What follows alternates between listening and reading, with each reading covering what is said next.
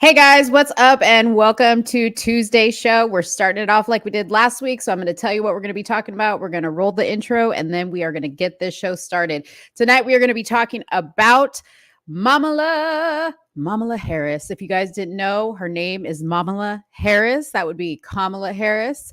She was on the Drew Barrymore show and it was a very cringeworthy episode.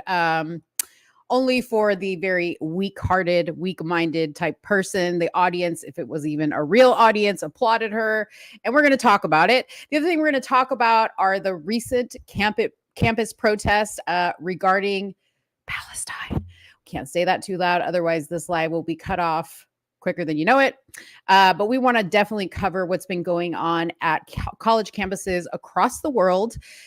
Lots of crazy stuff going on. We've got a lot to say, and we're going to try to say it as best we can so that we don't get demonetized. Then we're going to talk about Shalomi Sanders, the daughter of Deion Sanders. Her mother has taken to the internet to speak on Deion Sanders and his reaction to her daughter's choice on leaving Colorado State. I don't think it was a very good move for a mother to make, but we'll see what you guys think. Then we're going to give you a little bit of an update on I Jeannie Mai and Jeezy, their divorce. There's some photographs that have emerged. We want to talk about it. I definitely want to get Soonie's input because she wasn't here last week when we talked about it. We're going to be talking about the new pride flag. It was revamped. Okay. It got a makeover. We've got all the deets for you on what each little color, each little line, each little shape, all the little designs and what they all mean. Then we're going to talk about Amanda Seales. Yes, she's still out there talking about her self-diagnosis, her autism, you guys. She's out there defending it. And we just can't quit her. So we're going to speak on all that. And then if we can get to it, I definitely want to talk about the Blair White interview where she was doing a dick tucking episode with primetime Alex Stein. She actually was on the episode to debate our friend Abel Garcia on trans lifestyle and all that stuff. But I know Soonie was pretty worked up about him standing up and tucking his dick on live TV. So yeah, we'll talk about all that. Please make sure you drop a comment below, say where you're watching from, say what's up, make sure you give this a like. And while the intro rolls, make sure you subscribe. We'll be with you in just a second. You are now tuned into Somewhere in the Middle with Soonie and Mo. Hey, hey, hey, hey. Hey, hey, hey, hey. Hey, Don on the beat. Hey, I got so many ups. Everywhere I go, I got so many ups. so many ups. I know they plotting against me. I know it's hate, they wanna kill me, but please don't tempt me, cause I got so many glocks. Hey, ain't none of them empty. Jesus said they would hate me too. That's how I know it's envy. I got so many ups. I know they plotting against me. Thanks. Bro, I just want to say, every time you do that, Yeah. it's like super dope. Yeah. That like I don't ever need to do it. I'm sorry. I'm just gonna take myself out the ring. I can't do that. Yeah. This is where I shine. See, like the camera's in front of me and I just me and the camera, you know. Oh, something just happened. Well, this is also where I shine. Taking over. I'm just gonna tap dance until Soonie comes back. What happened? Damn. What happened? She almost rolled off the bed. The baby's right here, and I'm trying to get her to relax, and Scarlett almost took a tumble. If y'all ever seen that YouTube video, you know what I'm talking about. If you haven't, go type it in and go look it up after the show. Though, don't wait. Oh, right. I mean, I said don't wait. Don't leave my show to go look at that video. Yeah. Another thing you guys don't wait on, please, please, please like and subscribe. You know what's crazy is I was watching one of my favorite makeup influencers because I love to like watch that type of stuff. And I also watch, B Loves Life, who loves to eat and stuff. Soonie, all the influencers across the internet are getting they're getting hit with like the shadow ban thing. Like everybody is feeling what we're feeling, and everybody has taken to the internet to beg their fans to like, you guys, we really need you to do this. And now these are people with 8 million subscribers. Okay. Like we don't got 8 million subscribers, but I know enough of you guys watch and like support the channel you don't realize like how much the comments help. Like if you guys could only see like how the wheels turn in the background and like what makes this thing run so that YouTube goes, oh, we need to, promote this podcast more because, there's activity happening, because all they care about is how it affects their channel. So the more you guys get hype, the more we get hype, the more YouTube gets hype, and everybody's happy. We got to make our pimps happy. Yeah, bro. YouTube is our pimp, man. It's the only pimp I'm gonna ever have. I'm okay with that. Hey, Donald loves the intro. Thank you, Donald. Shout out to Donald. He actually shared this live on Facebook. Yay. Thank you so much. Marlanda just got done giving a speech. I'm tired, boss. I'm tired, boss. Where'd you give a speech? Yeah, where did you give a speech and why did you give a speech? What's going on with that? Yo, my mic sounds amazing. It really does. Sounds crisp. Do I sound this great all the time? No, it sounds like you sound good, but like it sounds like super duper like crisp today. It does. I don't know what's going on, but yeah, it sounds amazing, boss. Oh, college class. I take evening classes. Don't be getting indoctrinated now. All right. I'm getting a cramp. I had to reprogram my child a couple days ago. I didn't get to tell you this, Mo. Yeah. My son, quick story before we get into our topics. My son comes home and we're on the car on the way back from school and he says, Mom, we were talking about rights today. And I was like, oh yeah? And he's like, yeah, I think it's cool. We were talking about water and they were like correlating it with a bunch of other things.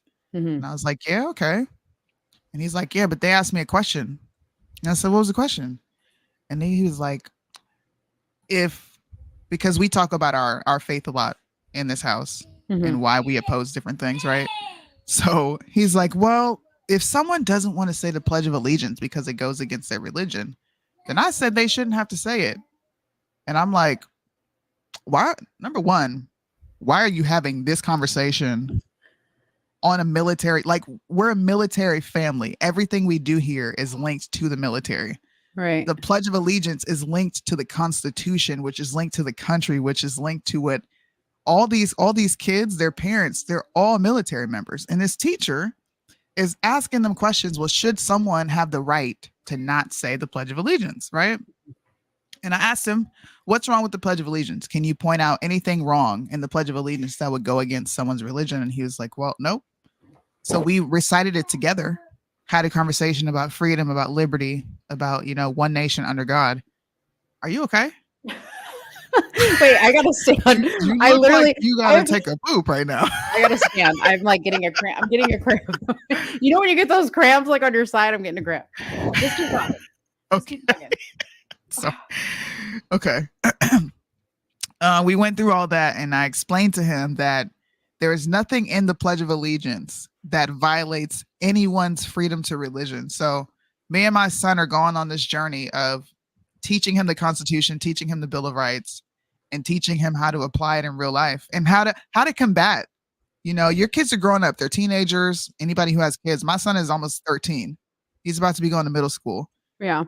Should know why he thinks these things, but I say all this to say that they're indoctrinating our children. I went through the curriculum. Okay, the curriculum is extremely bad this year. It was not this bad 2 years ago or even a year ago. It is bad. They are saying that the First Amendment, and I'm going to take a screenshot of this and show you guys, is a theory.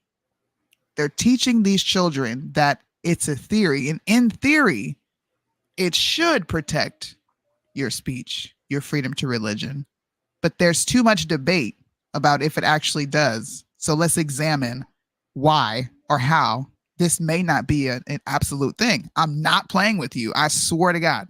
This was in my son's curriculum. I'm going to be once again documenting my journey, going to the school and questioning them about this specific curriculum and asking them, why are you teaching this to military children? Man, but you really got to like record this and like show it, because last time you didn't show. I didn't. I'm going to send you the clip. I just said, fuck it. I don't really care before. And I'll edit it. I'll edit it and cut it up. Okay, I got you. Yeah. I'll email it to you because it's pretty long. But y'all need to be vigilant with your children and their schoolwork, with their who they're hanging with, what their teachers are talking to them about. Because sometimes your kids get home from school and they're like, "How was school? Good. What'd you learn? I don't know. I can't remember. Math. Yeah. Went to gym." They don't really get into detail. Yeah. I'm a nosy mom. Me and my kids. What'd you learn? What were some of the questions? What would your teacher say? Da da da da. Yeah. So please foster that relationship with your kids, because I was pretty pissed off That's scary. knowing that they are teaching them to act like they have a choice or it's a right for them not to say the Pledge of Allegiance. That's fucking crazy, bro. Military children. Yeah. Yeah.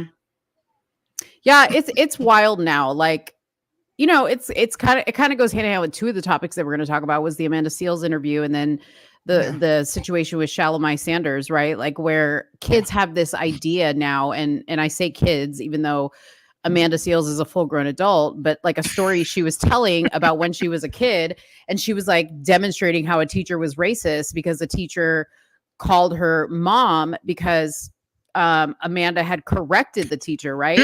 And so like she was clearly racist, and Shannon Sharp was like, or I don't know about you, but like when I grew up, it just wasn't tolerated. You don't correct adults, Exactly. But now kids like have this thing like, oh, I have the right to choose. No, the hell you don't. Okay. No, you don't. There's a certain point in your life where you have no choices. You do what the adult in your life that feeds you and clothes you and takes care of you says you are going to do. You don't take a step of your own choice. What I said. That's right. Okay. Exactly. I would have a choice in this house sometimes, but most of the time it's like, because I said so, and I'm gonna tell you why I said so. So you better go do it. Yeah. It's crazy. Amanda Seales. Can we talk about her first, or would you rather start with something? No. Let's talk about her, because I talked about her last week, but I wanted to hear what you had to say about it. Okay. So go ahead. Amanda Seales is like, my husband gives this analogy of women. Majority of women do not age past the age of 18 mentally. It's like 17 and 18 were stunted in that mindset. And that's what I feel like. That's what I'm witnessing when it comes to Amanda Seales. I plan to do a whole series on that entire interview. I did that one video, and then I was like, you know what? I'm not going to give this attention, this nonsense attention. This is what she wants. Because she has relatively been silent. No one has heard from her since Insecure, which is why she's even on the tirade. If you guys don't know what Insecure is, it's an HBO series created by Issa Rae. It's actually, it's not good. It's ratchet, but it's entertaining to watch. I didn't finish all of it, but I did watch the show. So she had got ousted for being very problematic on that show, and just very problematic in general to work with. So she pretty much got blackballed. Yeah. And she's been blaming racism ever since. And she only really works with Black people because she says, she's like, I only want to work in spaces for like in our spaces. Like that's what, first of all, I've like developed a new cringe towards people who use the word spaces. Shut up. Like what is a space? Like, what are you talking about? I want to be in a safe space. I'm going to be in these spaces with other Black people that don't want to be around me. Like, who cares? Oh, I don't know. She got kicked out of that Black space because she was just pretty problematic to work with. And like I said, ever since, she's just been relatively out of the limelight. You don't really hear about her. If you do hear about her, it's because she's went on this very unhinged rant on her social media, and it's usually the T page is sharing her. So when she was on Shannon Sharp, I watched legit 10 minutes of it. Okay. And then I had to cut it off because I just can't. I'm not someone who can tolerate watching something like that. She's very unhinged. You're single and she's like almost in her mid 40s. 40. 43. Something like that. 43, 44. You're single for a reason, which means you're probably insufferable, which would probably translate to why you can't get a job anywhere. And you look to be, and I'm sorry, I'm going to say this, you look to be the phenotype of what Hollywood seeks after to begin with. So if you have the look, you've been on TV since you were a kid, right? It's not like you haven't been around. Amanda Seales has been around for a fucking minute. This bitch is old in Hollywood years. She's been around. If they don't want to work with you, then that is a you problem. Mm-hmm. Like something is wrong with you that these people don't want to work with you because you have the image. It's your personality. So to sit there and watch her blame autism, number one, it was kind of offensive because I have a nephew with autism. There's YouTube channels that I watch with kids with autism because I like to see how their parents handle them. Mm-hmm. And they're actually going through an experience. I did it live. I think you watched it. Where I said, I think people who are just weird, socially awkward, and just not able to easily get along with people are using the excuse of autism to explain they're just quirks and how quirky they are. Yeah. And I think it does a disservice and it's kind of disrespectful to the people who actually are suffering with this. Yes. My nephew is nonverbal, right? He's verbal, but he's not very verbal. He can talk to you, but you know, he's not communicating like you and I here. And then you got her big old rich black ass, half black, whatever she is, complaining that she wasn't properly diagnosed because of racism. Oh yeah. And that we no longer call it Asperger's. This is what I reacted to because Asperger was a Nazi. Even that's what I said last week. I said even Asperger's was racist. She even broke it down to Asperger's, honey. Wait, well, you know, I wish I can't wait till I'm gonna speak it into existence when we have a studio, right? You know, when women are doing interviews and they gap their legs open and they kind of put their elbow here, and they start talking. That's a feminist. Yeah, but like but that's also, it's like feminism because you're trying to like take this masculine role. Yes. Yeah, in how you stance. But I was saying this last week. I was like, she also has this very like childlike thing about her too, because she likes to sit like crisscross applesauce and take her shoes off and like, dude, act like a grown woman, like be professional. You know what I mean? Like I saw her on a Hollywood Unlocked interview and she was like sitting there, like she's like this, and like all her mannerisms are like the mannerisms of like a little kid. That's probably why she diagnosed herself autistic. Like, see, that's the thing. I said, just because you're socially awkward doesn't mean you're autistic or on the spectrum or like if the people don't, or like people don't understand you doesn't mean you're autistic. You know what I mean? Like I have a friend whose daughter has what is the other one that she said didn't exist anymore? Asperger's. So her daughter has Asperger's and she's like, that's news to me that Asperger's doesn't exist anymore. she's like I have a child with Asperger's. She's like, that's news to me that it doesn't exist. So it's like Amanda Seales like makes shit up to like justify her actions. Yeah, she's like, we don't call it that anymore. Who is we? This is when Shannon Sharp should have went a little black and been like, you speaking a whole lot of French. What's this we stuff you're talking about? Yeah. What? Yeah. I'm surprised she didn't say she was introverted. That's really all I have to say about her.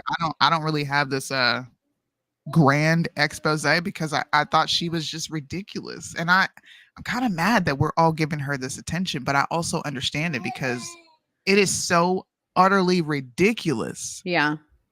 Listening to this woman talk, everything.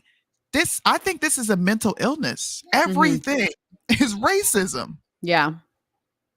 Not a mental illness. Let me not say that. What's you know a better what word? No, it is that. It is a mental illness. I feel like that's an excuse though. I do. Well, and I hate to say this, okay? I hate to say this because this doesn't apply to all light-skinned people, okay?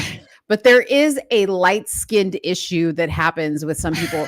Like, no, and it's because I feel like they personally don't feel like they fall into a group, right? Everybody kind of wants to matter in a group, and her dad is black and her mom is from not Aruba. Where's her mama from? Here you go with these feelings. Well, but listen, Grenada. Her mom's from Grenada. Okay. Her mom's Caribbean. She's Caribbean, right? Grenada. Anyway, so she I think just feels like she doesn't belong. And the reason why I say that is because like 1 minute she's got sister locks in, the next minute she's got an afro, the next minute she's got, finger waves in her hair. Like 1 minute she's wearing like all the African colors, the next minute she's not wearing. Like I get it, because like I change my look a lot, but you add that on top of the everything's racist, everybody hates me thing. And then I start to say, okay, you got light skin issues. That's what it is that you don't feel like you belong because she said it herself. She's like, I have Black people tell me you don't belong in this space.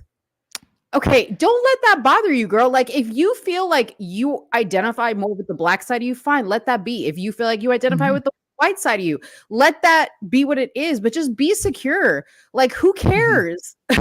Like, own who you are. But she doesn't know who she is, and that's why it comes off as a mental illness. Yeah. Okay, you said comes off, so yeah. Okay, bravo. You like, see, you did the nice wrapping. You know, when people take their time and wrap the present up and put the bow on top. Yeah, that was nice. I just think the bitch is crazy. I think she's hard to work with. Yeah. I think she did this to herself. I don't think that this is some existential being trying to come in and blackball her from her destiny. This is how she talks, the universe of destiny. Yeah. You're just problematic, Amanda. Yeah. And I do agree with you. Most light skins do suffer from this identity crisis of having to choose between both. So maybe that's just where she is. I don't know. I don't know where she's at. I think it stems from the mother. You think it stems from the mother? Yeah, it stems from the mother, because you know what she said? She said, my dad didn't know any better. I think my dad had autism too.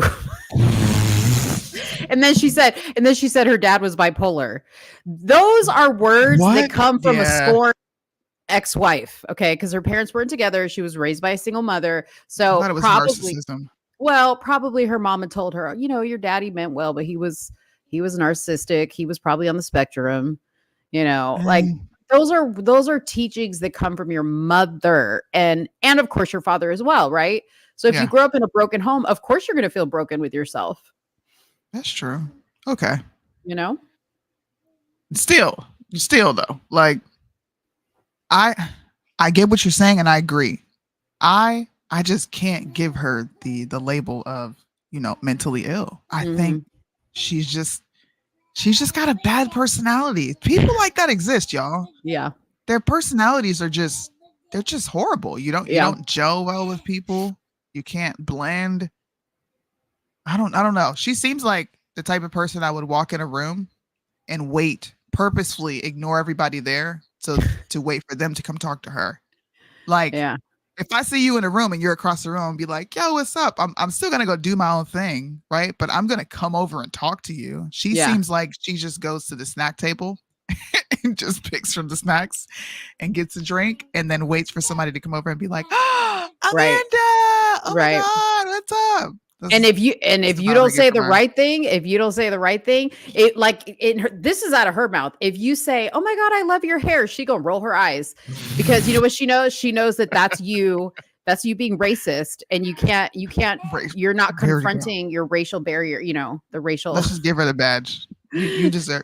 Shout out to you. I need to get a soundboard. That we need to play a sound. Repeal the 19th. This is a woman who should not have the right to vote. Oh man, you shouldn't. Yeah, she shouldn't be deciding shit in our countries, because you know what she's gonna vote on? Racism. Yeah, and she's a man hater. Did you know? Okay, that there was a football player, Myron Rolle. He was an ex NFL football player turned neurosurgeon, and apparently Amanda had said that she had met him somewhere, right? And she had talked, publicly about how they were talking a little bit, blah, blah, blah, blah. Well, some angry women slid in her DMs to say that Myron had sexually assaulted them at one point and she needed to stay away from him. And so she took back to her social media to publicly say about this man. She was like, oh, you know, I'm not going to talk to him anymore because I heard from several women that he had like sexually assaulted them. Basically just saying that without having any proof, right? So he sued her for defamation. And he was like, this was, let me see, hold on. This was in 2019. Okay.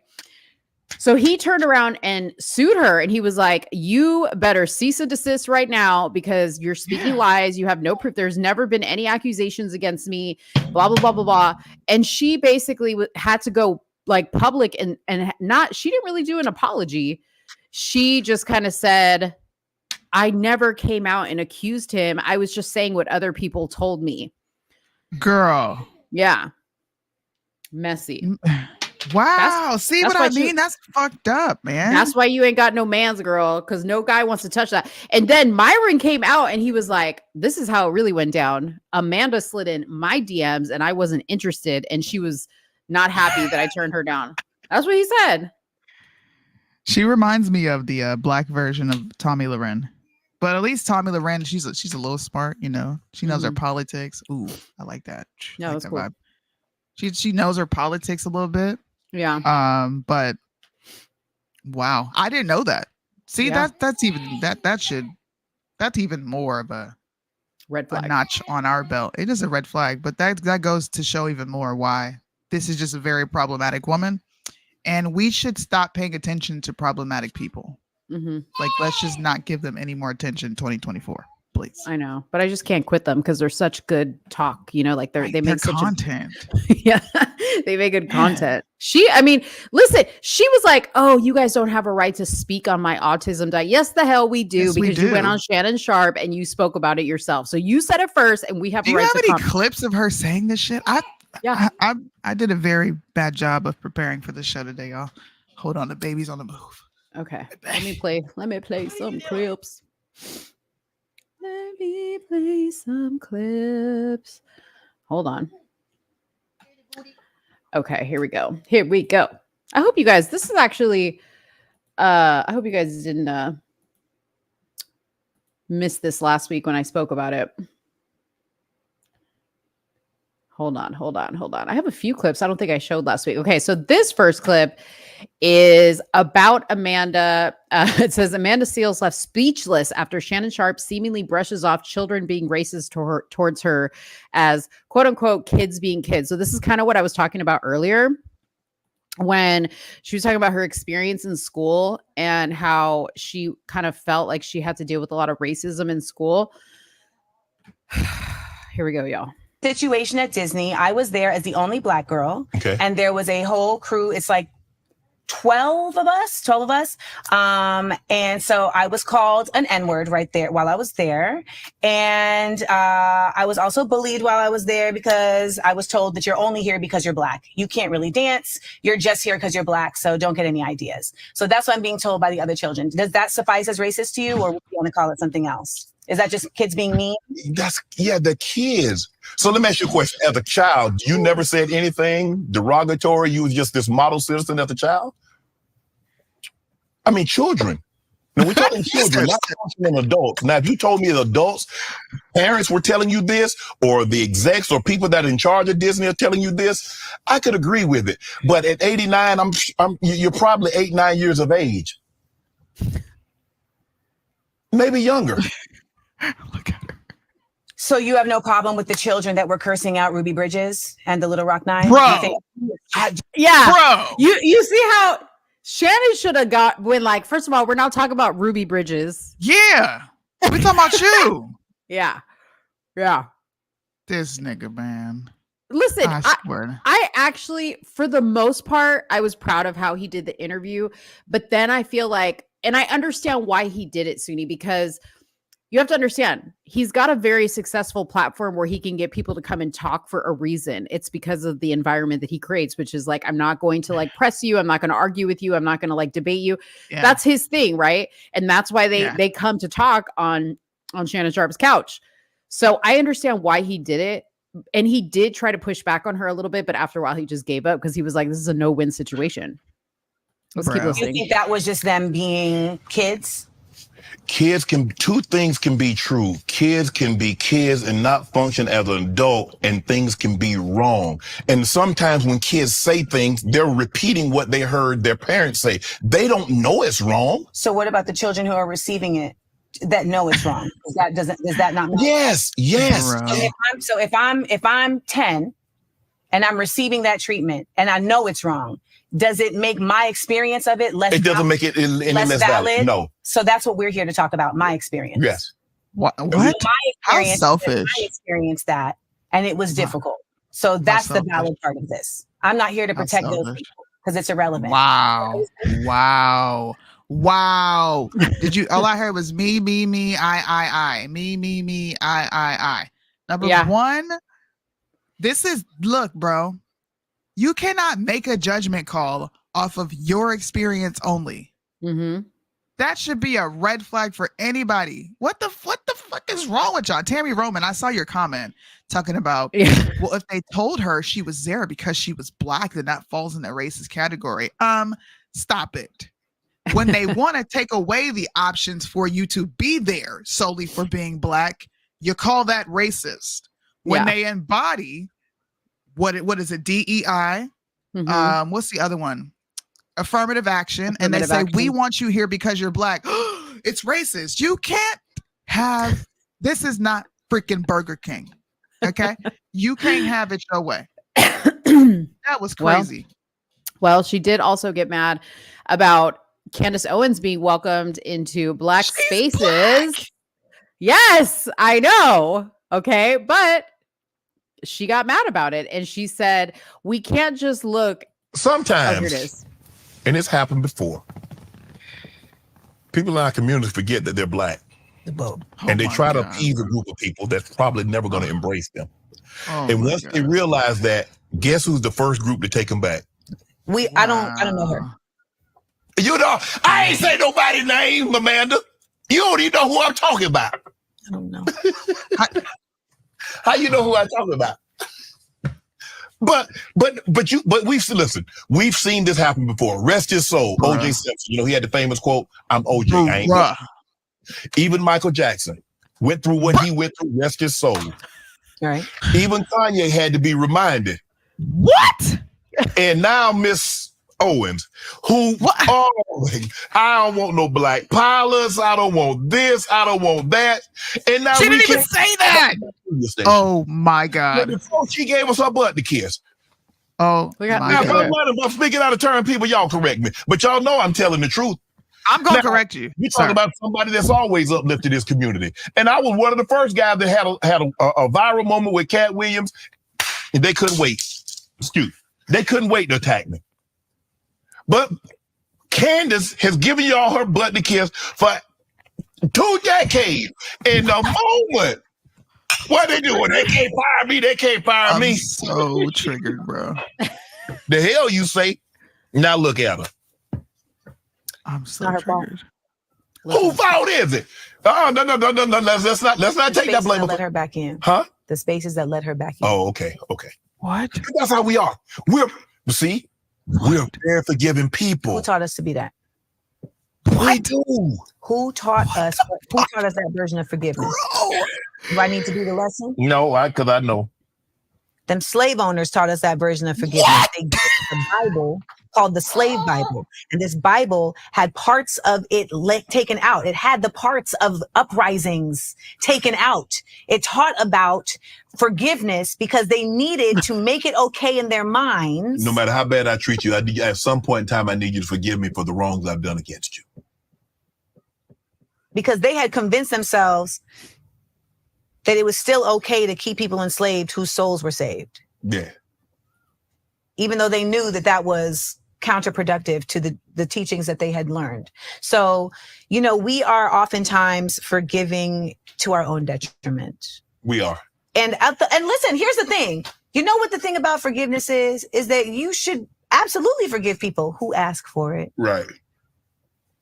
Who ask for it. And I'm okay with that. I'm okay to forgive. Redemption. I don't forget. I just move on. But redemption requires action. Mm-hmm. There are restorative justice practices that have to be implemented in order for atonement to truly take place. And when that's not the course of action, it looks like something else, right? Yeah. It looks yucky. But, it looks like capitalism. It looks like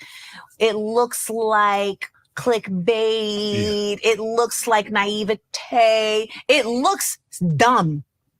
And it looks insulting to anybody who has a mind. What are you talking about? No.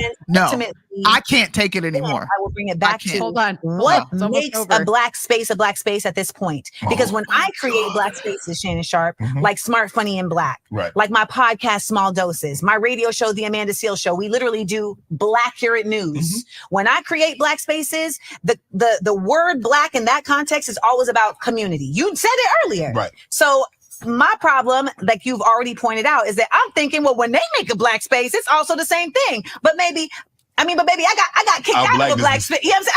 I literally got kicked out of a black space by a black woman who sick black people on me, black men on me to remove me. So at this point, I understand that we can't just look at black people and say, is this skin folk or kinfolk? We got to look at black spaces. Is this skin folk or kinfolk? And all of these black media spaces that took her back in, all of these black media spaces that have just excoriated me for weeks, I look at them and say, you are simply black by name because you are white by commerce. What? Go on. You are in an industry dominated by white people. Okay? They pay you to be on these movies because they control the music industry, Hollywood, and anything attached to a goddamn TV. So, ma'am, you are you are white by commerce by the same logic. What the fuck are black spaces?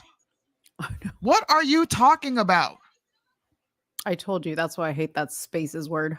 How can I only be black in name? Bitch, I'm black. What are you talking about? Yeah, bro. And I don't remember a time when Candace ever was accepted by the black community. I mean, I don't even think she really cared. I mean, yeah, she's been recently, like, black media has had her, but I don't know. Like, I just feel like that's one of the comments that I was like, Shannon, what are you talking about? I think Shannon should have Candace on his show. First of all, Shannon Sharp, which, nigga, you gay. I don't even care to be nice no more. You're gay.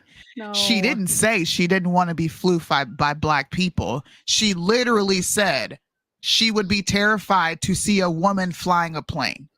Please, if you're going to quote her or anybody else, make sure you quote them right. That's not what she said. Second of all, who died and made you King Dick of who gets into the barbecue? Well, we forgive, but we don't forget. Forget what? That she had her own mind and her own opinion? Are you kidding me? What has she actively done to stop black people from moving forward? Don't worry, I'll wait. Like, I don't, this stuff like this really offends me.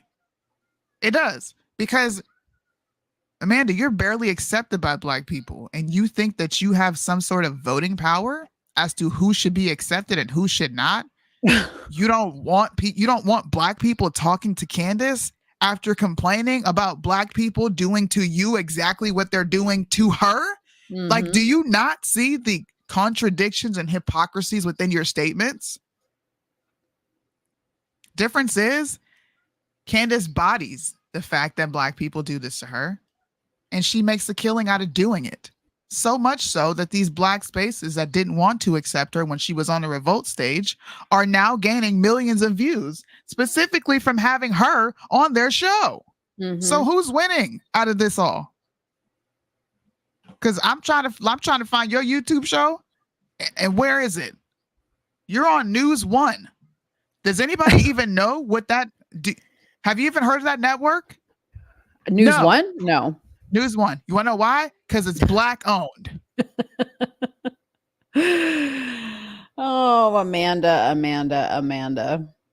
Well, want to hear what she says about light skin versus dark skin? Oh, Jesus Christ.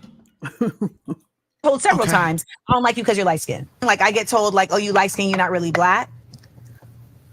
But, like, I'm light skinned because my great-great-great-grandmother was raped Right. by James Uhl in Virginia, or in Maryland, I should say, who then subsequently had children every month after that for 12 months with other slaves that he owned. And Can he you put pause his it? name Can you on pause their it person.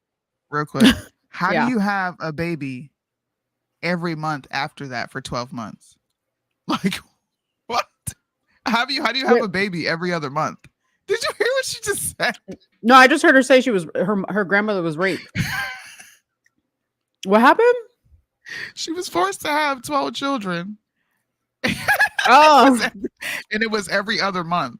Like, oh, wait, what? Every other month after birth? Like, Oh, what are you Lord. talking- I'm sorry. Maybe Go she ahead, meant I'm every other sorry. year. Every other year. How the fuck do you know this? And this means that I'm also possibly related to Robert E. Lee. Oh my God. I am light-skinned because my great-grandmother on my mother's side was raped by her boss when she was a maid God. in Grenada. So I just feel like we oversimplify in a way that feeds this white supremacist ideology instead of looking to each other to say, how do we starve it with love and loving each other? So, you know, I am not colorist. There are many times where I have had to consciously remove myself from spaces because these people don't know what they're talking about. And they're like, well, you're black, you know, like this designer in Russia wanted me to be the face of her Africa campaign. I said, ma'am, the only way I can do that is if I am partnered in equal level with a dark-skinned person from the continent. Right. And they were like, oh, you're just doing too much now. We don't even see race. Don't you just love that one? And it took me also a little bit to understand that colorism only works one way. Right. What? I don't know if bullying is the right word for what happens to light-skinned Black folks who feel like they don't belong. Right. There is no way in the dissemination, the effective dissemination of white supremacy, that we would not have dark-skinned women who don't like you because you light-skinned and light-skinned women who don't like you because you dark-skinned. They have been very effective at that division. Yeah. I have been told several times, I don't like you because you're light-skinned. Like I get told like, oh, you light-skinned, you're not really Black. But like I'm light-skinned because my great-great-great-grandmother was raped. Let's hear this again. Right. By Shut the James fuck up. Uhl in Virginia, or in Maryland, I should say, who then subsequently had children every month after that for 12 months with. She did say that who had children every month after that for 12 months. She said with. Hold on, play it again. She was said with. Other slaves that he owned. Oh, with other slaves. How do you? Okay, first of all, I'm sorry. Listen. This is my grandmother. Okay. This is my grandmother. My mother is Amanda Seals skin tone. My mom is fair skin. My dad is my color. Why didn't I end up light like you? I don't know. What are you talking? I'm light skinned because a slave owner raped my great great grandmammy. You're light skinned because somebody in your family was light skinned. What are you talking about? What? Well, and then who cares, right? Because it's nothing. Care? You can't help it. You can't help what happened. Nobody can go back and erase the guy that raped your grandmother and the other 12 slaves he owned for 12 months. Nobody can change that. You are who you are. Like, just get over it. Why do we give? You're talking about why people give Candace a platform. Why did Shannon Sharp have you on? All you did was spit divisive, ridiculous, antiquated rhetoric that is not relevant in 2024. I have been Black for 33 years, bro. Do you know how many? Do you know how it makes me want to sink into my own soul when I hear you people bring up slavery and try to correlate it to me? Do you know how insanely disrespectful it is to call me an African American? Right? I have all these thoughts, but do you see me getting online? You know what? These people keep calling me African American, and that's racist. So what you're really saying is that I'm not from this continent and I come from somewhere else. Like, Black people can easily do what she's doing, right? But I don't do it because I understand everybody does not have my understanding. or they don't even know my family's background. And some people are just stuck on stupid like her. They want to use this as an excuse. I don't get why, bro. There's a lot of offensive things that people say in regards to Black people. And most of the time, we just take it on the chin because it's not that big of a deal. I don't like being called African American, but guess what I get called? African American. I say both. I say both only because, like, I know people who, you know, like they refer to themselves as African American, so that's what I don't even really think about it, but I'm just like, whatever. Like, it doesn't even matter. But do you see how it's not a big deal, right? We're sitting here talking about it. Yeah, I'm telling you, like, dude, that's offensive. I don't like that shit, right? But I'm not also forcing my will upon you to get you to stop referring to other Black people this way. Yeah, I'm simply just, hey, look, this is how I feel as a Black person. But I'm not imposing racism and white supremacy behind why you say this thing. It's crazy, bro. Yeah. I wish I could be like Amanda Seales and just complain about being Black all day and talk about how all the ways I'm offended about being Black. It's a sad life. You know what I mean? It's got to be a sad life to be so miserable all the time, right? And the whole world is against you constantly. Like, that's got to be exhausting. Got to be exhausting. Damn, bro. Yeah. I think I'm going to do a live one day and just talk about all the offensive things that I hear and see if people kind of gravitate to me like they did her. How do you think I'll be? Do you think I'll be successful? I don't know if I won't say that let me just put it to you this way. She blocks anybody. Like, if you're watching her lives, she tells you, if you say anything against me, you're getting blocked. So no matter if you're watching her lives, it's all people that agree with her. Because if you don't agree with her, you get blocked on the spot. Feminazi. Okay. Yeah. That's freaking crazy. And she even said, like, I'm going through the comments on the video on YouTube. Like, she watched it live while it was premiering. That is bad shit crazy. And she said she was blocking people that were saying anything negative. It's like, well, it's no wonder you have such a false sense of like reality, because you block out everybody that doesn't agree with you, right? Or say the things that you want to hear them say.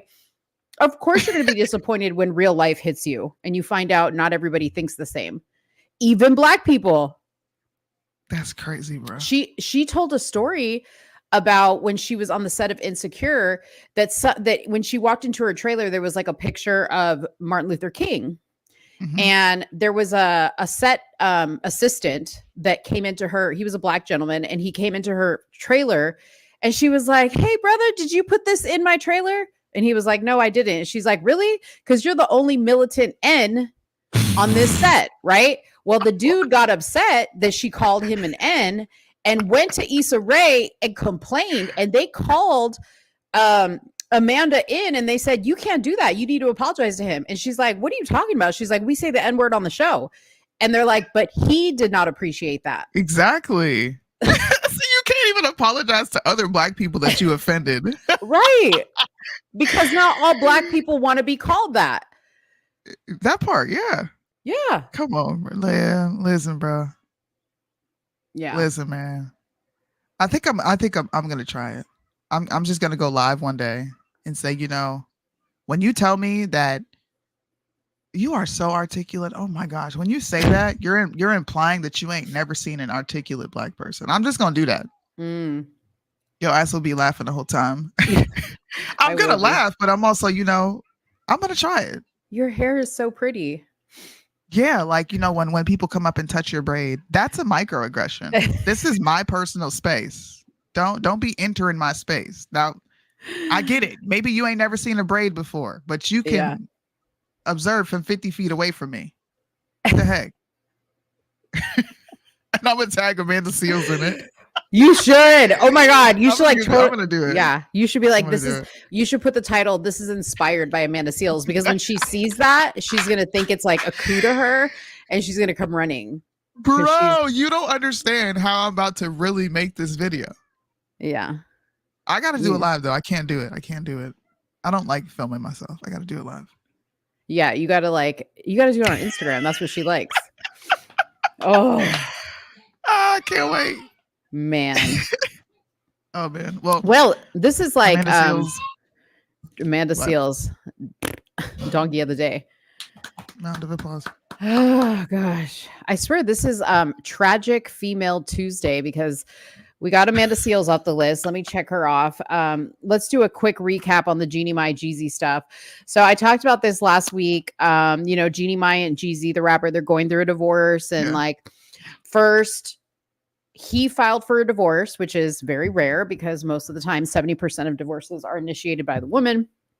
But for whatever reason, he did. And then he went on a podcast with Mia Long, and she interviewed him, and when asked like what was the demise of your marriage, he was very respectful, and he said, out of respect for the person that I love in my marriage, he's like, I'm not going to sit here and say too much, but we tried to really get through things and we couldn't do it, and he decided it was the end. Jeannie Mai claims she was completely blindsided by the divorce. She said she found out along with everybody else on the internet that he was divorcing her, which was crazy. And then the divorce started to, be processed in the courts, and Jeezy wanted to seal the divorce so that it wasn't public. Then Jeannie Mai hit him with, I'm not going to give you custody of your daughter because your lifestyle. And then he said, well, I'm going to fight for custody because you're traveling all around the place and you're leaving our daughter with uncles and nannies and whatever. And she's in a much better place with me. I'm her father, which I agree. And then Jeannie comes out and says, oh, by the way, he's violent. He, puts guns under the bed, and our daughter found one in a Louis Vuitton bag, and he hit me. And she released these WhatsApp conversations where she had pictures of her legs all bruised up. Turns out that this was a golf cart accident. Exactly. Yeah. And Jeezy actually spoke about it, which was crazy. But the text exchange between him and Jeannie in the WhatsApp was crazy because like when I read that before I found out that it was a golf accident, it was clear to me he didn't hit her because she was like, baby, look what you did to me. I have dresses to wear tonight. Okay. And then he said, it really bothers me that I put you in danger. It hasn't sat right with me. So of course a dumbass is going to be like, oh, he for sure hit her. First of all, an abuser, an abusee is not going to be like, ha ha ha, look what you did to me. The first thing I thought was they had a night of rough sex. She got a little banged up at the Ritz-Carlton because they had drunk sex or something like that. That's what I thought. Maybe he threw her up against the wall. I don't know. Okay. That's what I thought. And then it turned out my mind would go there, but then it turned out it was a golf cart accident. Golf cart. Yeah. I mean, I'm going to be honest. I thought the same thing. I'm like, I didn't think sex with them. Like, they were probably just roughhousing. Does anybody else ever get playful with their spouse where you guys kind of tickle each other and wrestle on the bed? That can easily happen. But not where he says it doesn't sit right with me that I put you in danger like that. You know what I mean?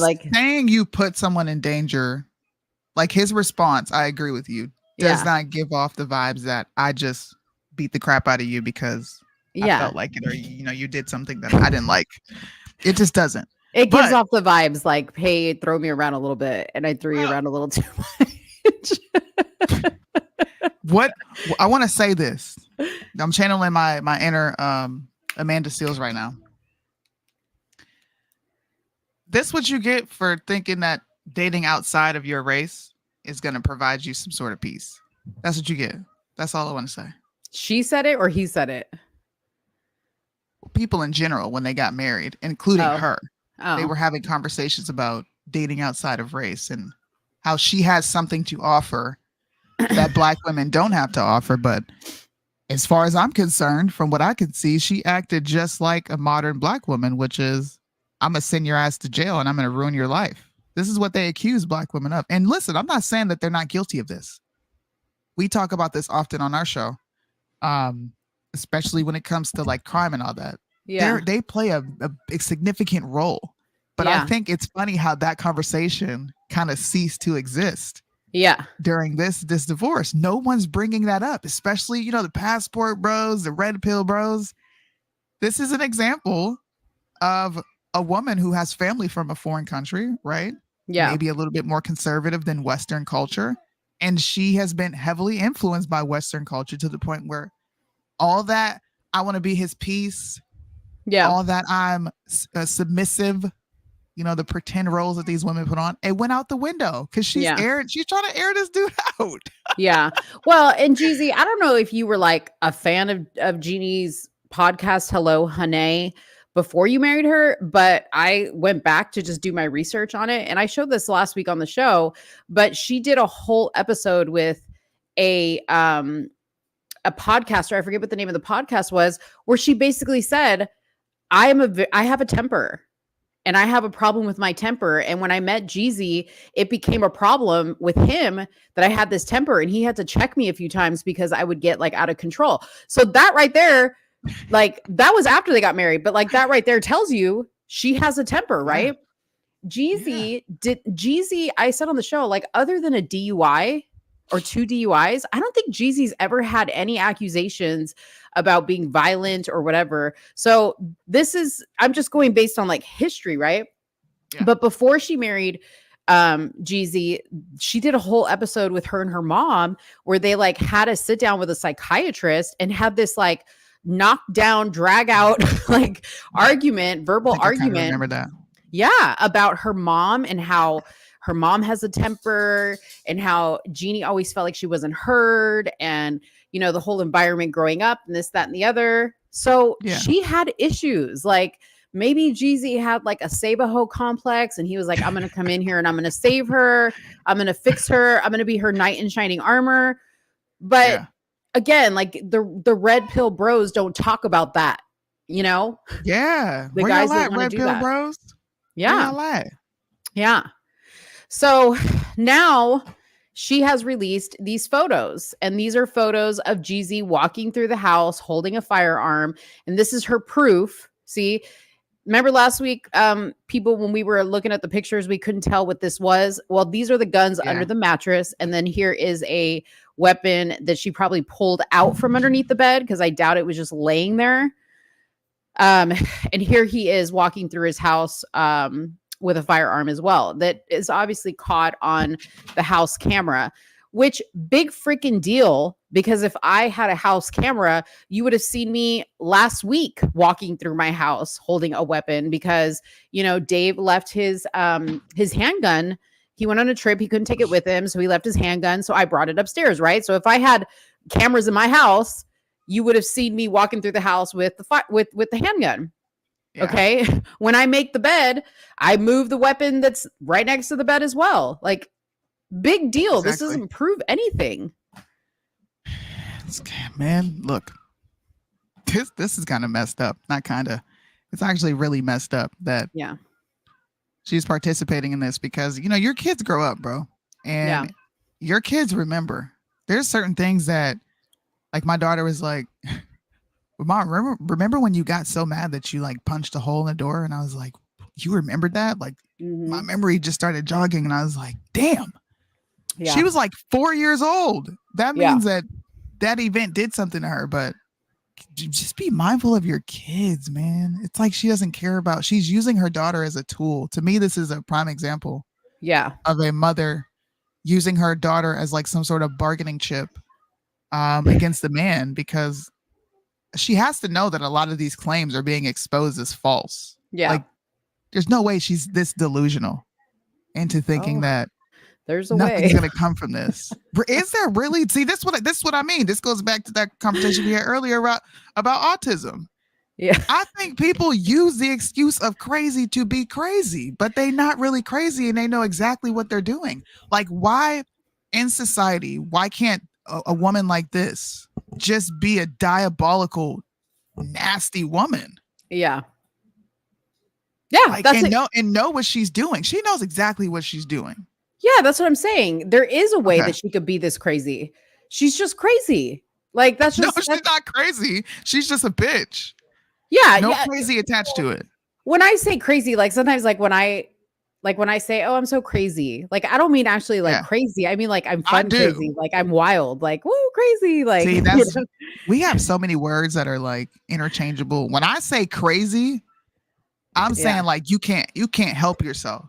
There's really something wrong with you. I use like you're a psychopath. You're like psychotic. Psycho, is that like a stronger version of crazy?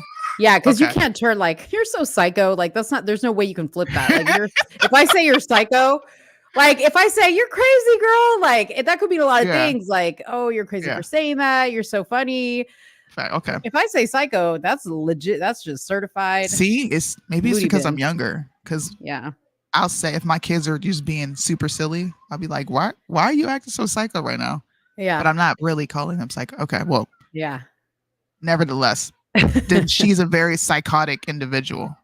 She is. Like something is wrong with her. That's crazy. And you're getting. Does she not know that news publications are putting at the bottom of the source that she got this during a golf cart situation? So where was the abuse? Well, and that's the thing. Like she doesn't backtrack and say, like, "Oh, my bad, I forgot." And then she like puts out some report from the Ritz-Carlton that showed. That they did like an incident report. Nowhere on there does it say anybody was abused. It just said that there was like an argument. Okay. Like when people are drunk and they have like an argument, a couple or whatever, the Ritz-Carlton is, a 5+ star resort. Of course they're going to make an incident. Because what if you go up to your room and kill each other? They got to document that. Oh man. Shameless plug real quick. The owner of Limitless, which is the debate server that I was telling you about, is actually here in the chat. If you guys want some awesome debates, I mean real debates, none of the not Instagram, but none of the Discord Love and Hip Hop series or the Discord Chronicles, not that. If you want an actual debate, check out this server. They have cool debates in there. They play games. It's a little community that he's setting up. I like going in there. There's always a Christian debate going on, political debates. So go check it out. Don't be a boomer like Mo. I dropped the Discord link, in the comment sections all over our social medias. Go check it out. Yeah. Don't be like Mo. Yeah. Okay. So since we're talking about psychos or crazy women, let's talk about Pilar Sanders, the ex-wife of Deion Sanders. Yeah. Now we know why she's the ex-wife of Deion Sanders. So Deion Sanders, you guys know him. He's the head coach at the Colorado State University. And his daughter Shalomi was playing basketball for the women's basketball team at Colorado State. All of Deion's kids are with him at Colorado, and that's great, right? So he took to a podcast, and we're going to play a little bit of her comments and his comments, but he took to a podcast where he was asked about Shalomi announcing that she was going to be going to an HBCU in Alabama. A&M is where she accepted a position on the basketball team there. I didn't think anything of it until I was perusing TikTok and I started to see these videos of her mother saying some crazy stuff. And I was just like, this is not very becoming of a good mother. And I really don't understand like all the portal stuff and how that works and like committing and not committing, but just looking at it from like a very black and white, like not knowing anything about anything perspective. I thought it was in very poor taste what the mother went on and said about Deion, because Deion basically said Shalomi's decision to enter the portal was stupid. Oh man. And we could debate what he said and how he said it, but let's take a listen of the video she posted with Shalomi sitting right next to her, speaking to Deion. Stunted in that like 17, 18-year-old mindset, bro. Why would you do that in front of your kid? In front of your kid. Exactly. That's what I said. Here we go. I'm proud of you and I'm happy for you. And I will always be here supporting you because I'm a real mama who's present. What? You always talk about a present person. Don't stop talking about a present parent. Don't make me say more than I have to say. Stop talking about getting her parents. Super, like, can you at least act like you support me? What? Weird. Who supported it if he is the one who thought about it? Calling your father weird, bro? News of Shalomi's decision to enter the portal, and her dad saying that it's basically stupid, or the decision or whatever is stupid. Shalomi enters the transfer portal. Yeah, which was stupid. Okay. A lot of people. You don't enter the portal. You get a team. You kind of get a team before you enter the portal. You don't. That's what I would advise a child. And I know, well, it's illegal. Come on. Yeah. Come on, man. Come on. Everybody knows somebody knows somebody. Yeah. You kind of want them to do something, and she has been truly advised. No, you got to understand, I'm a father, man. I'm a real father. I'm a real man. I'm a real dad. Where I come from, and historically, kids follow their parents. When do parents start following the kids? Yep. That don't work in my book. That don't work where I'm from. I'm the leader of the family. So I've been dictating where my kids go, not them dictating where I go. I'm happy, I'm cool, I'm sound in Boulder. I love it 100%. And we're going to build a monument. You know those mountains out like that you overlook the stadium? Oh, yeah. I want my head on one of them. Shalomi. Yeah. So what do you think about that?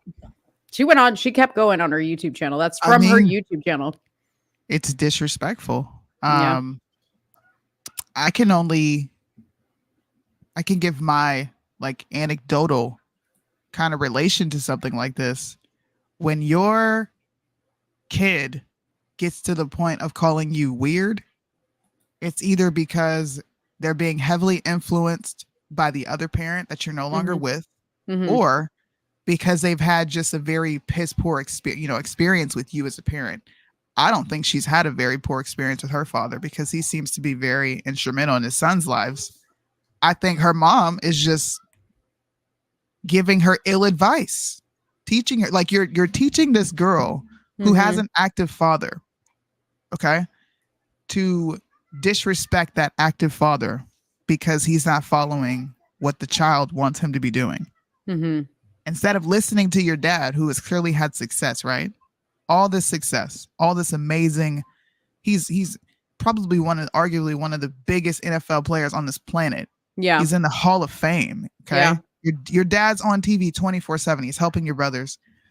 Why wouldn't you follow that unless you were being advised to do something else? So clearly her mom is in her ear, which is very unfortunate, right? It's kind of effed up. Telling her to not listen to her father, which creates the breed of women that we see now. A bunch of modern, they're hybrid beings, bro. Like, they are. You're raising drones to hate men. Yeah. Like, you're raising your daughter to disrespect leadership. At the end of the day, that's really what it is. Now, hopefully her father can get a hold of her and get her back on the right path. But that's going to be a monster when it comes to marriage. Yeah. If she even decides to be with a man.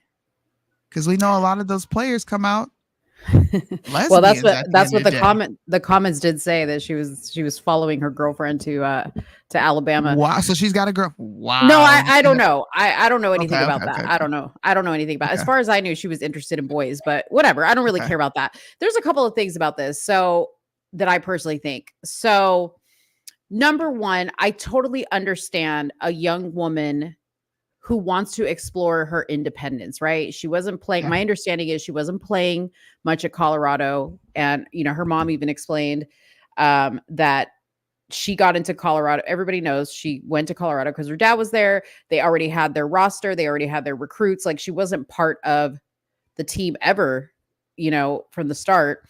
But didn't really play much. So I understand, as a young woman, you want to go independence, you want to explore that a little bit. And then I understand Dion saying, hey, I'm the leader of this family. I need to protect my children, and I can only do that when they're with me. Now, the other side of that is, and I know this as a parent, is you can only do that for so long, right? And then you do need to allow your kids to make their own mistakes and go off and do their own thing, right? Where I don't agree, and where this whole situation is very unique, because we have a very public figure like Deion Sanders, is that probably something that started as a very typical conversation between a young woman and her father, like, Dad, I want to go do this. And he's like, no, you need to do this, right? Is now playing out in the public eye. Yeah. And the two people, I think really the mother, because until Dion was asked about it, he didn't speak on this. Mhm. The mother has now made it everybody's business what's going on. Yeah. And I don't know, but if I think my kid's decision is stupid, I'm going to say it's stupid. Yeah. But again, on a public level, I would say that too to my kid, right? But when you're on a platform that millions of people are going to watch because everybody's going to watch Deion Sanders getting interviewed, and you call your daughter's decision stupid there, even though it probably is a stupid decision, he could have said it wasn't the smartest idea.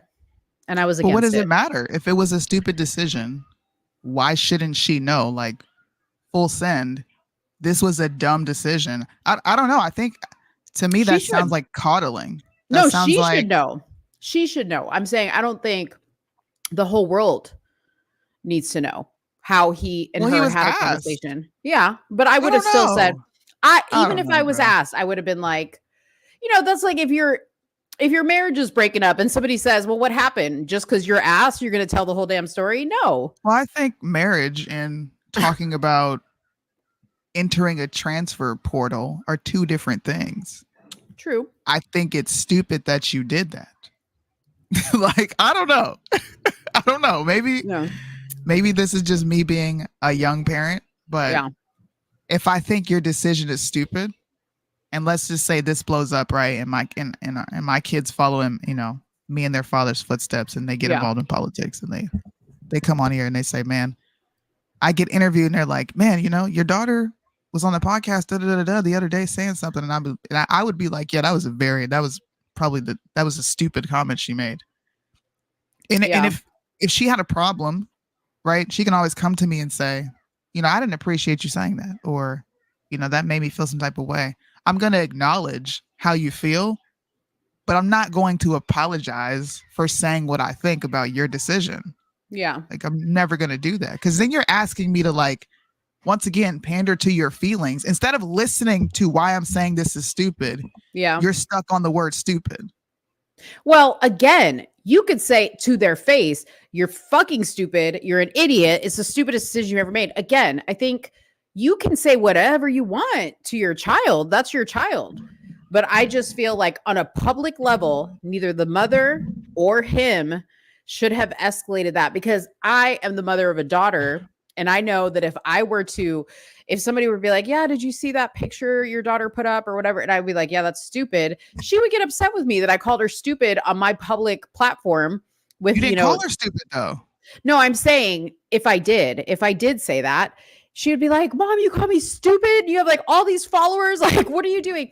Again, I can to her face call her stupid and be like, that's the dumbest decision you made. I just feel family things, and maybe this is me, but family things are not for public consumption. It is not content. Do you see what I'm saying?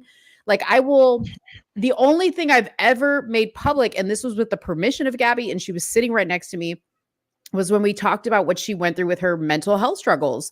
And I said, do you want to come on my channel and tell the story yourself? And she did. I would have never said anything otherwise had she not wanted to do that. I just think that family issues are not for public consumption, good or bad. Yeah, but I don't think it's a family issue. I think that's comparing apples to oranges. I think people are making it a family issue because the mother came out and spoke, but he was asked about a public decision that his daughter made. How is that a family issue? That's, you made a public decision. People are talking about this very public thing, and I think this decision was dumb. That's not family stuff. It is though. Well, it is though if there's some type of discourse like in the family on the decision you made. I don't know. That to me, that would be like me being offended that my family, did an interview and said they think that I was stupid for voting for Trump. Like, that's their opinion. Mm-hmm. I wouldn't be like, you should have said that to me privately behind closed doors. Like, okay, that's your opinion. You're entitled to it. You think it was a dumb decision. Are you calling me stupid? No, you're saying you think I made this dumb decision. I can't get sensitive and be like, you shouldn't have said that. Like, I did this publicly. They're commenting on it publicly. I don't know. Yeah. Listen, if I was like this big, huge, like everybody knew me type of person, and like, you know, Dave threw me down a flight of stairs and somehow it got in like the People magazine, right? And somebody asked me, did Dave throw you down a flight of stairs? My answer would be, number one, I don't speak about family issues. To me, that we're comparing apples to oranges. No, but I'm just saying, like, to me, it does not matter what it is. Like, you see, I don't post anything about my family online. I just don't, and neither do you. But no. I just feel like, even with Dion's sons, you know, like, and his podcast, I in my heart of hearts, I think that like them constantly being, I don't want to say used because they're willingly there, but like when you constantly put your family out there for public consumption, it's going to eventually create a problem. You know what I mean? It's going to create, it doesn't matter if it's positive or negative. There comes a point where you start letting people into your situation all the time, the good, the bad, the fun, the trips, the whatever. And then now they feel like, okay, we own a piece of you. We can comment on everything you have to say. You know, we can make things bigger than they really are. I just feel like if it was wrong for Pilar, his wife, to say what she said, then I think Dion could have handled that question a little bit differently. I don't think he needed to say stupid on the podcast. He could have said it all day long to her. But I think he just should have said, I just don't think that was the best decision. Her and I spoke about that. And ultimately she made her decision. You know what I mean? That seems like policing language, which. Well. Oh, we got some big back behavior. Ew. Like, I'm about to fuck up this 15-piece Wingstop. Okay, listen, sir, you got it. You got it. Big back song. Big back. But she's a child. I don't think she's not a child. 19 is a child. I don't know. I'm a tough cookie. I want my children to be tough. I want them to understand how to take constructive criticism. I want them to learn how to extrapolate the meaning behind what someone is saying. Like, learn how to read between the lines. Don't walk around feeling like someone owes you something. And of course, like I just said, my door is always open if they're like, yo, that bothered me. Yeah. Okay, I hear you. You know, you see people how I am with my kids. Yeah. I run a tight ship, but there is room for them to explain to me how they feel. Absolutely. I'm going to listen to how you feel, but you're not going to tell me what I can and can't say. Listen, I 100% agree. All I'm saying is not everything. No, I get what you're saying. I'm just speaking in general. Yeah. I'm just speaking in general. Yeah. Mo just had a liberal moment. Why? Like, because I don't want to share information. Yeah. I mean, listen, when it comes to family, y'all, I am just very protective of my family. It does not matter what is going down. Like, I am never, ever, ever, no matter how juicy it is, going to use my family for content. Never going to do it. Not even my friends. I'm not even going to do that to my friends. Like, if you're like a really good friend of mine, I'm never going to use what's going on in your life for content, you know? So if I did something, right, and it blew up on the internet, yeah, and you get an interview and they say, hey, Mo, what do you think about, you know, what Soonie did? You're not going to, I'm not going to slam you. Even if I thought it was the dumbest thing. Not slam me, but be honest with you wouldn't be honest with like, this is what I think about it. You would reserve that? Well, okay, here's how it would go. So depending on what it was, like if you did something crazy and it blew up, right? And I'm like, dang, Soonie, that's like wild. Like, you know, I'm going to be asked about that because we have a show together. Like, how do you, I would have been like, how do you want me to handle that? Now, if you said, dude, I know you didn't like it, but go ahead and say what you want. If you gave me the green light, then yes, I would. I would. But if we hadn't had a conversation about it, or, you know, I just didn't want to talk about it, I would dance around. I wouldn't like dance around like in the sense of like, oh, I'm not going to answer that. You know, I'd just be like, you know, Soonie's always been a girl who runs to the beat of her own drum, and she's never going to change. And that's what I love about her. And that's how I would answer that question. Okay. So okay, that's fair. That's fair. Yeah. I would extend that. I would extend that courtesy. Yeah. But I don't know. Maybe it's just like I feel a sense of like I feel like he does. I feel a sense of responsibility to what my kids are doing. And I also agree with you that there is a time and a place where I have to relinquish that, right? Yeah. They're going to eventually take what we've taught them and go off on their own.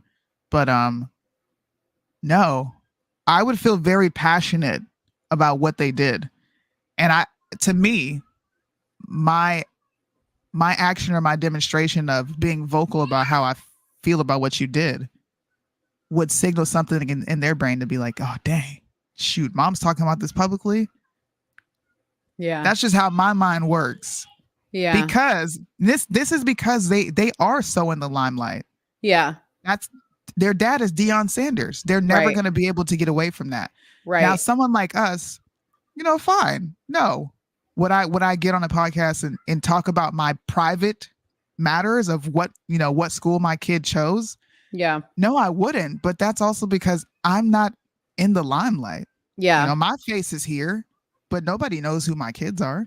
And they Right. never will. Even if my kids do go off to do sports and have scholarships, it would probably be a long time before somebody would be like, oh, damn, yo, that's Soonie's kid, because nobody knows who my children are.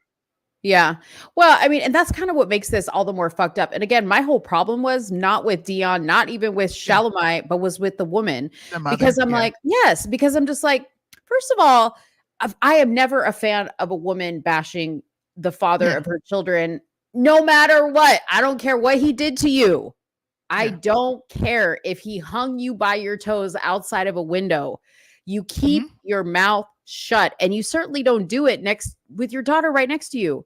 Right. You know what I mean? Like, that's where I thought, like, that's just disrespectful. And you know exactly what you're doing because Deion Sanders is your ex. I never heard Deion say a bad word about you. And here you go talking about, don't make me say more than I have to say. What? That's understood. I agree with that. Yes. Listen, in case you haven't already figured this out, I'm a loyal bitch. Okay. I'm a loyal bitch. I'm like street loyal. You know what I mean? Like the code of the streets. I think we both have that though. I remember we had just started to become cool. Yeah. Me and Mo. And there was a live. Somebody was talking reckless as fuck. I can't remember who it was, but they had so many people on this live and I had cammed up and they were like, yeah, I don't like what your friend was saying. And I'm like, you may not like what she's saying, but what you're not going to do is lie and get disrespectful. That's just not what you're going to do. Yeah. So I feel the same sense of protection over you. Right. Yeah. But if we were constantly in the limelight, Mo, let's just say we had a YouTube channel where we vlogged and then we vlogged together and then we did certain things, Christmas dinner, right? And our kids are constantly there. Our husbands are constantly there. People are seeing our families, right? And eventually our families break off from an extension of what we do and they start their own shit. Yeah. We're going to publicly comment on what they're doing. I don't know. I can't say. No, I'm telling you.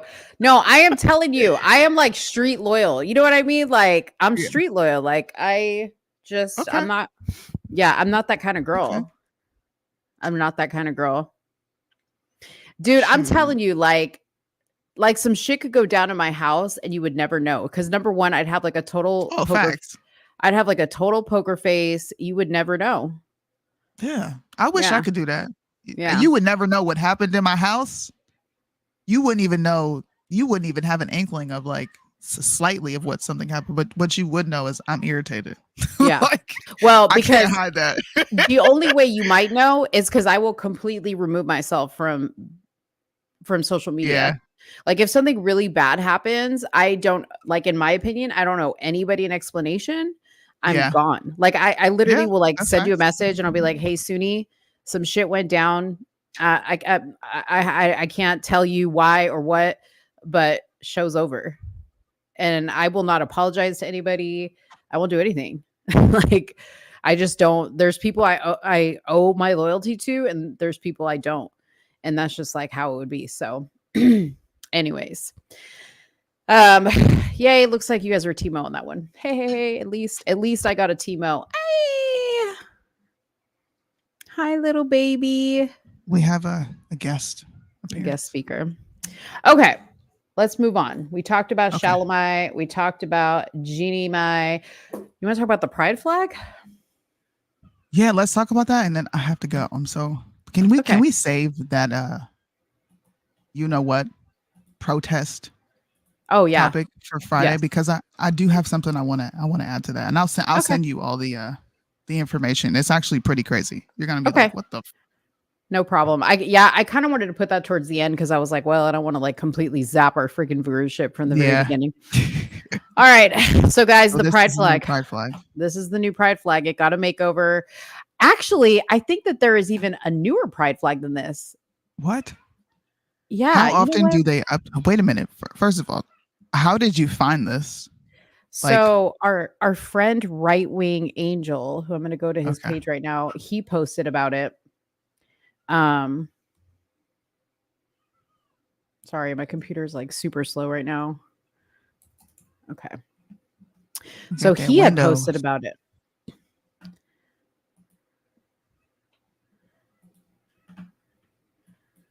What the fuck? Okay. Fucking Oliver.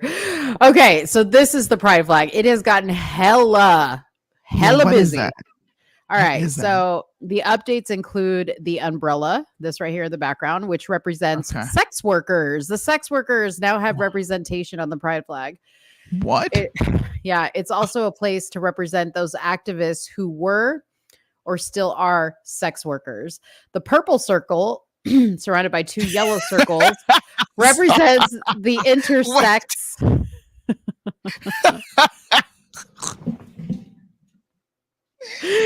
What? The purple circle. Yeah, the purple circle. The purple. It sounds like you're talking about someone's bunghole. The purple circle. Yeah, like I'm giving a tour of somebody's asshole. And here you see the purple circle. I'm sorry, that was childish. The purple circle is surrounded by two yellow circles representing the intersex community. It wraps around the chevron, which is this right here, showing that intersex people can be of any gender, race, sexuality, or identity. What? Duh. What a mess. Deep to deep. So it looks like it went from what? It went from okay. So it literally went from a rainbow to this madness. That like it was just a rainbow. Go ahead, put yours up, or you want me to put it up? I don't even have anything. That's a video that I wanted for you guys to look. Like this is a part of that community. I wonder if he's gonna fly this flag. Okay. Well, I didn't know what all the colors meant. So red means life, orange means healing, yellow is new ideas, green is prosperity. Like the idea to add the chevron and the umbrella. Blue is serenity, violet is spirit, black and brown are people of color, white, blue, pink are trans people, and yellow, purple circle is the intersex. Oh, Jesus. What a freaking mess. Purple circle. Okay, so where's if they promote serenity, then why is there so much chaos in that purple circle? It is wrapped around the umbrella, girl, because they don't know what this is confusion. This is not even art. This is like, you know, when the psychologist, is that what they call them?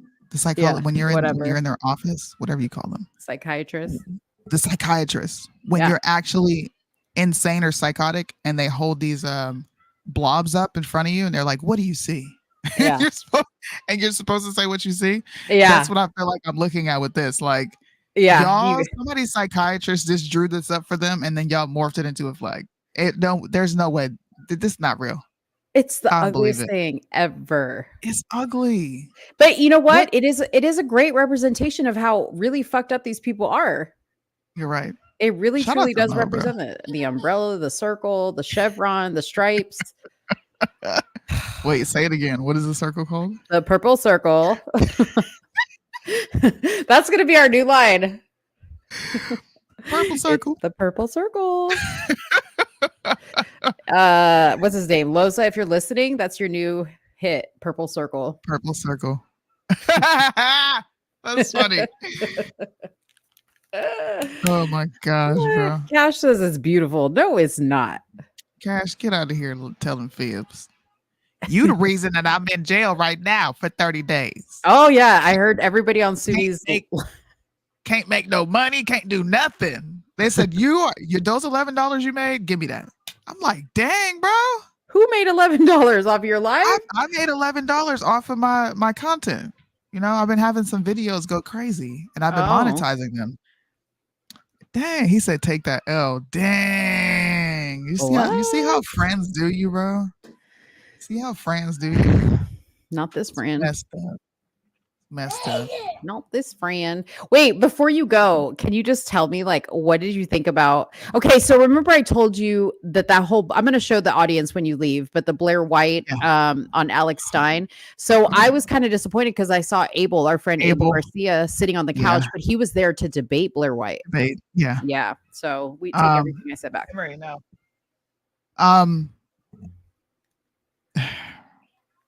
I did a video on this. I think it's rather strange for a heterosexual man to think it's funny to want to tuck his, you know what? Yeah. On a conservative platform. Blaze is a renowned conservative platform, bro. You know, they have some amazing journalists on there, investigative journalists. You got Mark Levin. You have, you know, I'm still gonna give Glenn Beck his respect because he's an amazing investigative journalist. But the guy's a freaking Zionist, you know. Yeah. They have Chad Prather there. They have Jason Whitlock there. They have a lot of amazing people on their roster. Mm-hmm. And it really shocked me to see him do that. I was like, you did not just get on a syndicated show and pretend to tuck your Peter. I couldn't believe it. And then think it's funny. Talk about, I'm going to break the internet. What? Yeah. That's crazy. Put a 1 in the chat if you saw this. If you didn't, I'm about to play it. All right. So here's our friend Abel Garcia. If you guys didn't watch our interview with him, we actually interviewed with Abel way in the beginning about his detransitioning.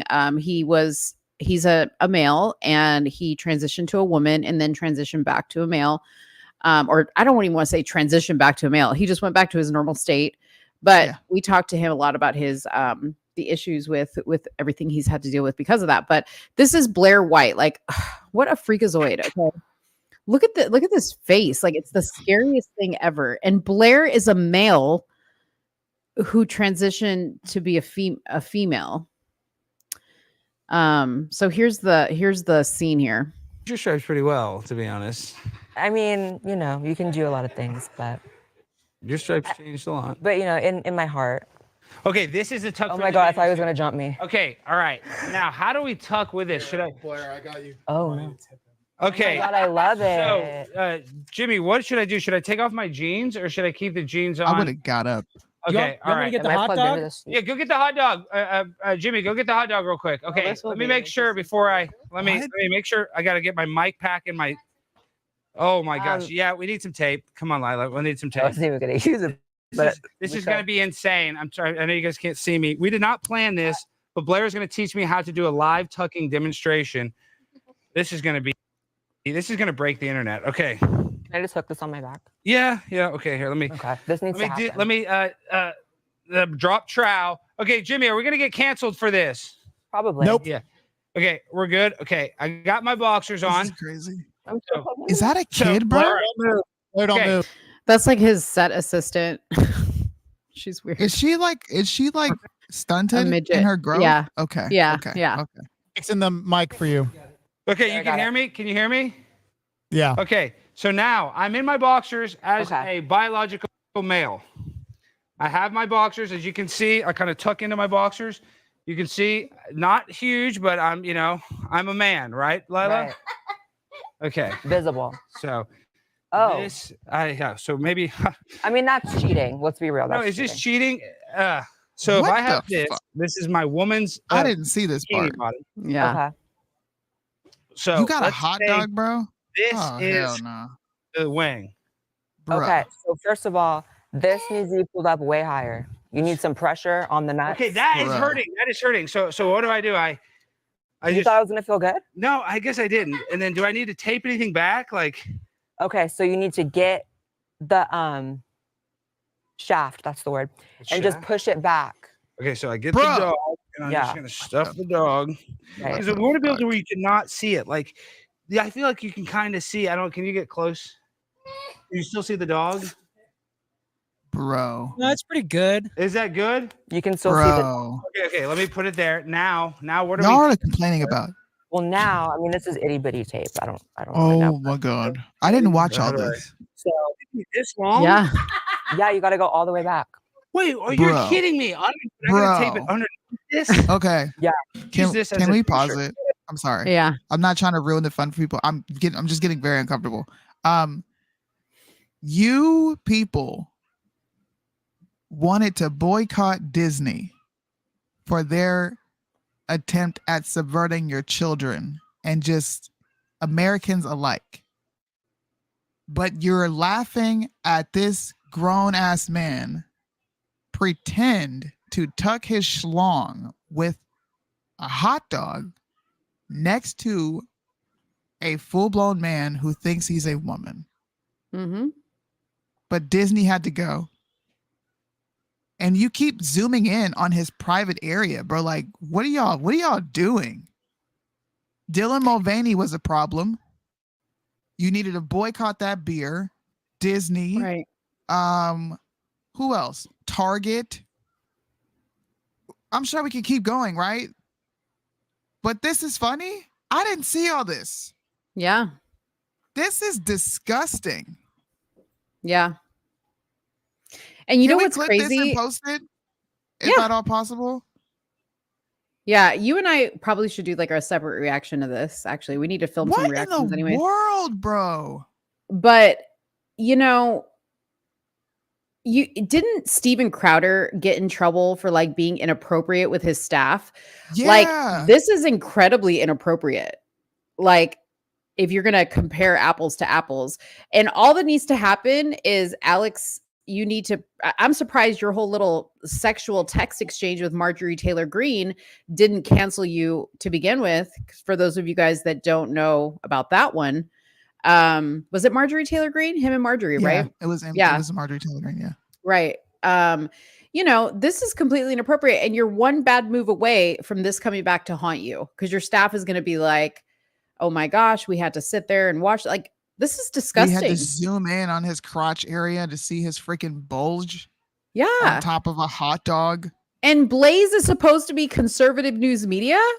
What? But you know what happens, Mo? Conservatives say nothing. They sit back and they think it's funny, but let a Democrat do something like this. Yes. Let a Democrat be on CNN or CNN, the app, and have one of their shows pop up and they're sitting up there tucking dicks, and then let somebody be on the set that looks like a child. You know the first thing they're gonna do? They're pedophiles. Yeah. They're groomers. Oh my gosh, how is this allowed on TV? You're allowed to do this on an app. You would be conservatives, but because it's Alex Stein, I think he was making fun. You should go look at the comments on this post that I put out. I think he was making a joke. I don't think it's that big of a deal, Soonie. I think you might be being a little emotional about it. No, I'm not being emotional. He is pretending to tuck his dick. And look at now, she's putting money in the back of his pants. And then he's shaking his. Come on, and y'all got problems with the drag queens? What in the world? Oh, gosh. Yeah. Oh yeah, we're doing a reaction to this. Ain't no way. Yeah. Look at this. And he's gyrating. Yes. Alex thought it's so funny. Yeah. Man, y'all see, yeah, just look. You got me stuttering. conservatives are woke too. Y'all are fake woke people. And then what is he saying? What that's sexual harassment. Hold on. Let's see. Got that tough friendly. Hey, you know what? It kind of works. They're not bouncing. That's what I'm saying. You can't bounce. That's stability. Abel, is this giving you PTSD? What? Don't leave, Abel. Dude, don't leave. He's running away. Does this make you want to tuck it a little? No. You don't miss this a little? Because like you can't even tell. If you're looking at me right now, you would have no idea that I have a hot dog in my pants. Oh my God. What? Yeah, you didn't know that. You should have put one of mine. I could have pulled mine out next.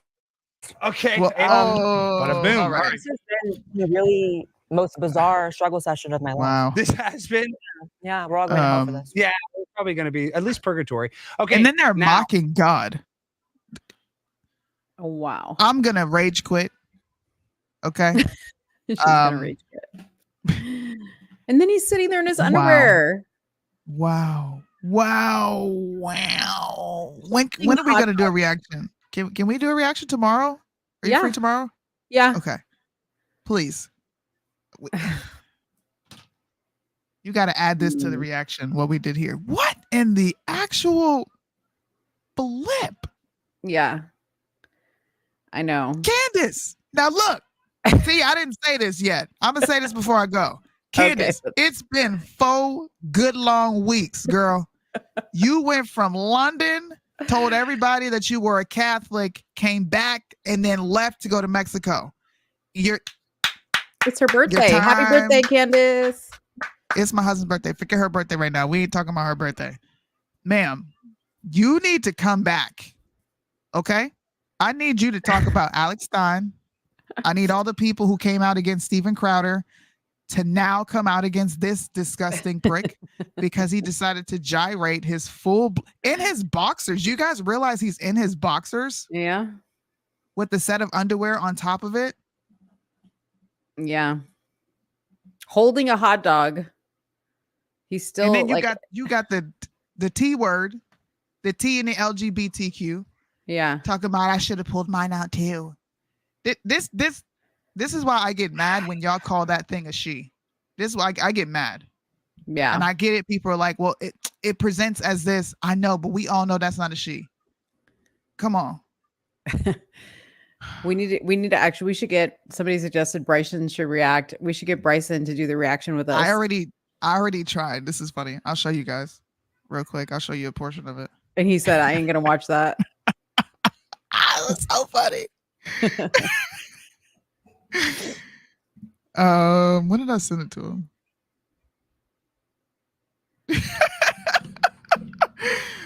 So this is me texting Bryson, right? And I'm like, hey, react to this. And he says, ew, I can't even watch that. He's not going to react to it, bro. He's going to do this. Yeah. And if he were to see the whole thing, it'd be even worse. Oh, man. You know what? I reached out to Carmen, and Carmen wants to do a show with us. So maybe we should bring Carmen on for this reaction. Not the reaction that we're going to do, but maybe we should bring her on. She's funny. Like, react to our reaction, like do a reaction to our reaction, and then watch people. Bro, that's nasty. That's nasty. That whole thing is nasty. And Candace, it's been 4 weeks. You're in Mexico. I need you to come back and do this reveal because I'm tired of waiting. Soonie is so mad. Like, I think I'm gonna clip this and send and like just tag Candace and be like, Soonie needs you to come back. Like, she's dying to know what you know. I'm just gonna clip all the time Soonie just got mad that Candace still hasn't spoken out. And then she's just continuously just like taunting Soonie because she's just people think I'm lying, bro. I unfollowed her because she's not coming out and saying what I need her to be saying. She's not being followed right now. You need to hurry up. And I'm not following you back until you come back.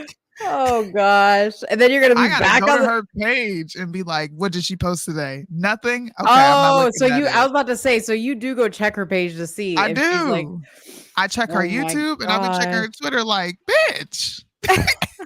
Dude, Candace is just sitting in Mexico and she's like, oh man. Gosh. That's so funny. Well, I got to dip, guys. It's my husband's birthday and I have to go celebrate with him. I missed you, Mo. birthday. I haven't been here. I feel like I haven't been here for weeks. I know. Both of us have been super busy, and it's just life. So it's life, y'all. Usually we talk throughout the week, and like we didn't even talk throughout the week, bro. This is the first time. Like she sent me like a message this morning, and she's like, "It's Kyle's birthday," and I was like, "Oh, cute! Happy birthday, Kyle!" And that was like the first message because usually we talk about topics throughout the week, but like, nah, we've been so I've been so busy. She's been so busy. It's that time of year. And the baby's getting into all my items. You know, That's she's the other thing. Fully walking now. I will see you guys Friday, and I'm gonna reach out to Carmen and we'll see if we can get her on. But be looking forward to this reaction of us doing reacting to Alex Stein. I did not see all that. Now I want to watch it from a certain point all the way through. That's crazy. I'd be telling you got to watch the whole thing. Crazy. You're right. Your generation loves the small content. You're right. Content. Anyways. All right, y'all. I'm gonna see you. Bye, Soonie. All right, guys. I'm going to show you guys one more clip just to close it out with bang. Okay. Because this is like a real short one. There's really not much to talk about here because the interview had almost zero substance whatsoever. But the Drew Barrymore show, it is like, I don't know what should be canceled more, the Drew Barrymore show or The View. I can't decide which one I hate more, but I really, truly just every day goes by, Drew Barrymore annoys the living, you know what, out of me.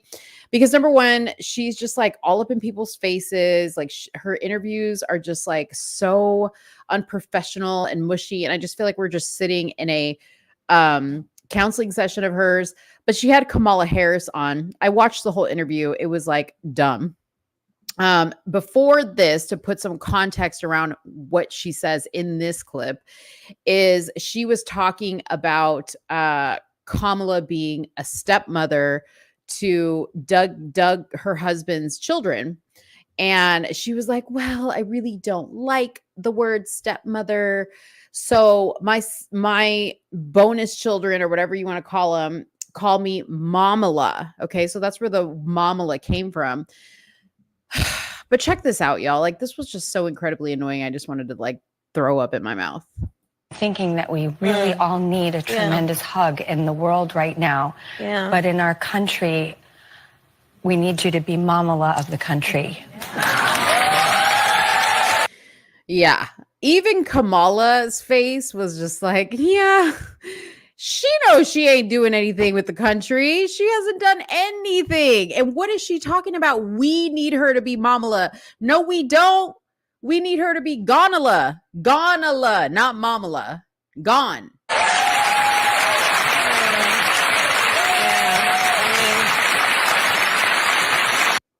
Oh, God. I've been thinking that That's it. That's all she wrote. That was like the most interesting part of the interview. So, yeah, I just wanted to share that with you guys as a closeout. But we will have a show on Friday. So don't worry. I know some of you guys have been like, you guys are always taking Fridays off. Don't worry. We'll be back on Friday. But it could be up in the air on whether we do every Friday, because Soonie's got moving coming up and family coming in town. So you guys will just have to wait and see. But we will be back on Friday. We'll be posting some shorts, and make sure that you give those shorts a like and a share. Make sure you're subscribed. Thank you guys so much for coming tonight. I really appreciate it, and have an excellent rest of your night and a good Wednesday tomorrow. Bye, guys. So when you're done getting